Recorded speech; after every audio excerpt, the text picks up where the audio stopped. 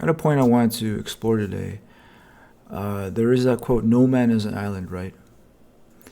And um, I think this is another exploration of NE, and just like a reflection on is exactly what life is. That I want to explore certain views on how, on the goals that we have in life, the goal that one might have in life, and which ones are real and which ones may be misguided. So how this came up was I was talking with my friend, and he brought up that first I said to him, like, let's get rich, and let's the first thing we're gonna do is make the company you're working for rich. And he responded by saying, "Oh, there's something that's not attractive to me about that. I don't like making other people rich." And I like there's something inside me that responded saying, "Oh, then you don't want to be rich. Then you don't want to be rich." To expect to get rich and make no one else rich,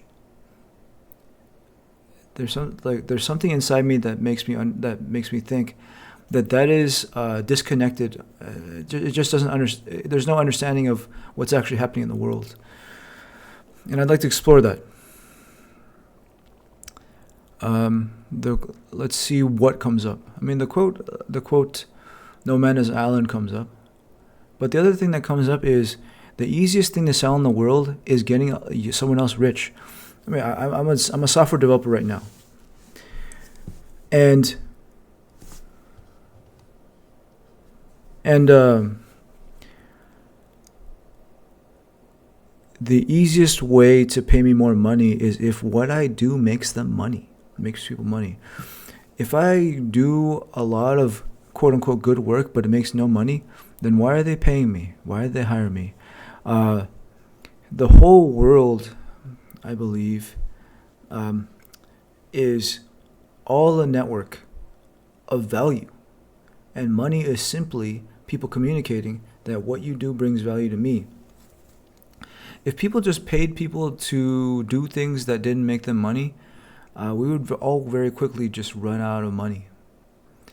But so one idea I'd like to explore here is the idea almost of like it's the concept of the economy is less a hierarchy. There is not people working for people. In fact, you're always working for someone. It's just when you're a business person, who you're working for are your customers. So to not want to work for someone, to want to be the boss, is just a misunderstanding of the whole thing. I think, what's the easiest way to put that? I just want to say there is no outside of the system. You're always part of the system. If you leave your business, if you leave work, for example, first of all, at work, you are providing a service to your customer. Your customer just happens to be one person, your boss. If you leave your company, however, and you start your own, your customers now become a network of customers. And why will they buy your product? Because it makes them richer than the money they give you. And this richness can come in many forms, but that is the main thing. Like, if I lay it out that way, then how you get rich is by making other people even richer. And that's quite an actual virtuous cycle, I think. I've been reflecting on that in this channel. I think it can be a beautiful thing we can have here, because since I've targeted this for INTPs, my theory right now is, and I'm executing on verifying if it's true, is if I simply speak authentically as an INTP, then I can reach you, and what I say can be valuable to you. So that's what I'm exploring, and if what I say makes you rich enough, if it provides enough value, then obviously I'm gonna become richer as well. That's a very it's a beautiful thing, and it's not just hard work. See, that's a very interesting thing here. Is I think the smartest people in the world have understood that it's not hard work. Hard work is just this. Hard work is the consolation prize. Hard work is a cultural value, but it's not real value. Real value is what people will pay for, and so I'm exploring that. I'm exploring that a lot on just many different fronts. I have a belief that our podcasts and these videos will be valuable if we find our authenticity and we express ourselves. And then actually, very interestingly, in media, I feel like if I grow myself as a person, then I can communicate that growth to you as an INTP. So it's all what I find business, and I find the economy, and I find money, all very beautiful, virtuous cycles. And I think the issue can be when people misunderstand this. I think the definition of what it means to not know how to make money is to essentially say that you want to make money without providing anything.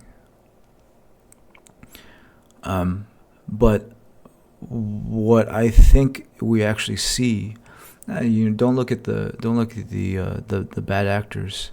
What I think we actually see is the people that made a lot of money, they provided way more value than they got paid.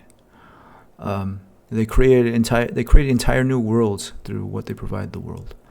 And they got, $100 million in return. I mean, that's nothing compared to what changes they actually created. So I'm exploring that, and I think that's absolutely true. And I think at a larger level, it's kind of a philosophical idea that there is no outside of the system. You're always in the system. Even if you try to leave the system, all you do is disconnect yourself from a system you're a part of. And then when you disconnect yourself from a system you're a part of, you simply become a consumer. You become poor. So the way to quote unquote get out of the system is to simply become a provider of value so large that people will gladly pay you all the money. And in a way, you become like a central node in the network. I think that is a far more powerful image to have than to try to get on top and win. It's not possible. I don't think that's possible. Do I have anything more to say about this?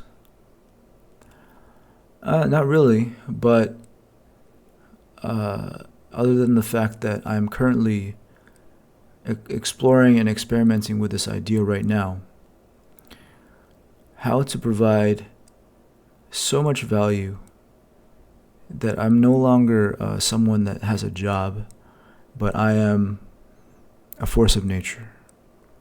That's what I'm exploring. And I think this idea of NESI being my modus operandi is a key part of this. So that's as far as I can say right now. And keep on experimenting. See ya.